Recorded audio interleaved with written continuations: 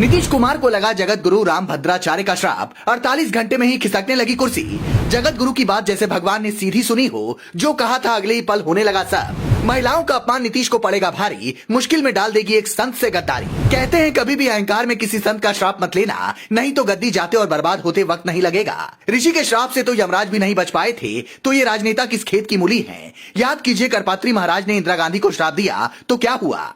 तो क्या नीतीश कुमार को भी जगत गुरु का श्राप लग गया है और उनकी सत्ता का भस्म होना तय हो गया है। क्योंकि नीतीश कुमार आजकल जो कर रहे हैं उनको खुद भी नहीं पता होता। 7 नवंबर को जो कुछ नीतीश बाबू ने महिलाओं को लेकर विधानसभा में बोला वो सामान्य तो नहीं था, सनातन परंपरा के अनुकूल तो नहीं था। तभी अगले दिन ही आकर सुशासन बाबू को माफी मांगनी पड़ी। जगत गुरु राम भद्राचार्य की भविष्यवाणी कभी गलत नहीं होती और उनके मुख से जो निकल जाए उसे पत्थर की लकीर कुछ लोग मानते हैं। 4 नवंबर को ही जगत गुरु ने बेतिया में कहा था कि अब वो पटना के गांधी मैदान में तभी आएंगे जब ये सरकार चली जाएगी। और आज देखिए नीतीश कुमार का इस्तीफा मांगा जा रहा है। पूरे बिहार में सियासी बवाल मचा है। लेकिन आखिर जगत गुरु किस बात से इतना आहत हो गए कि उन्हें सरकार जाने तक का श्राप देना पड़ा, क्योंकि वो आसानी से किसी के लिए कोई बुरा नहीं सोचते। दरअसल पटना के गांधी मैदान में जगत गुरु राम भद्राचार्य की कथा तय थी, लेकिन प्रशासन ने उन्हें वहां कथा करने की इजाजत नहीं दी। तब उन्होंने कहा कि 2 दिसंबर से पटना के गांधी मैदान में कथा का आयोजन होना था। 1 साल से कार्यक्रम प्रस्तावित था, लेकिन पटना के कमिश्नर ने अनुमति नहीं दी। बिहार में बहुत दिनों तक जंगल राज और गुंडा राज नहीं चलेगा।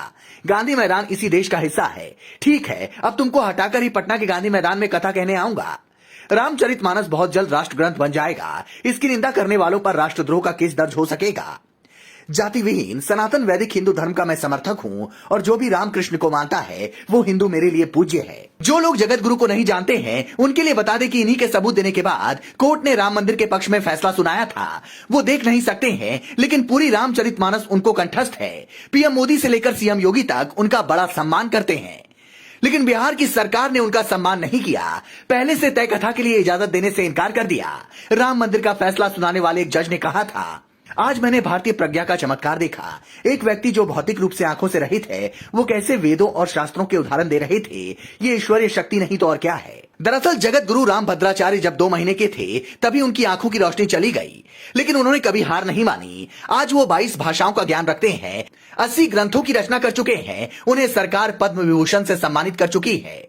जगत गुरु ना तो पढ़ सकते हैं और ना ही लिख सकते हैं और ना ही ब्रेल लिपि का प्रयोग करते हैं। वो केवल सुनकर सीखते हैं और बोलकर किताबें लिखवाते हैं। नरेंद्र मोदी के प्रधानमंत्री बनने को लेकर भी उन्होंने भविष्यवाणी की थी, जो सच साबित हुई थी। लेकिन नीतीश कुमार ने उस संत को दुखी कर दिया है, उनके मन को अशांत कर दिया है।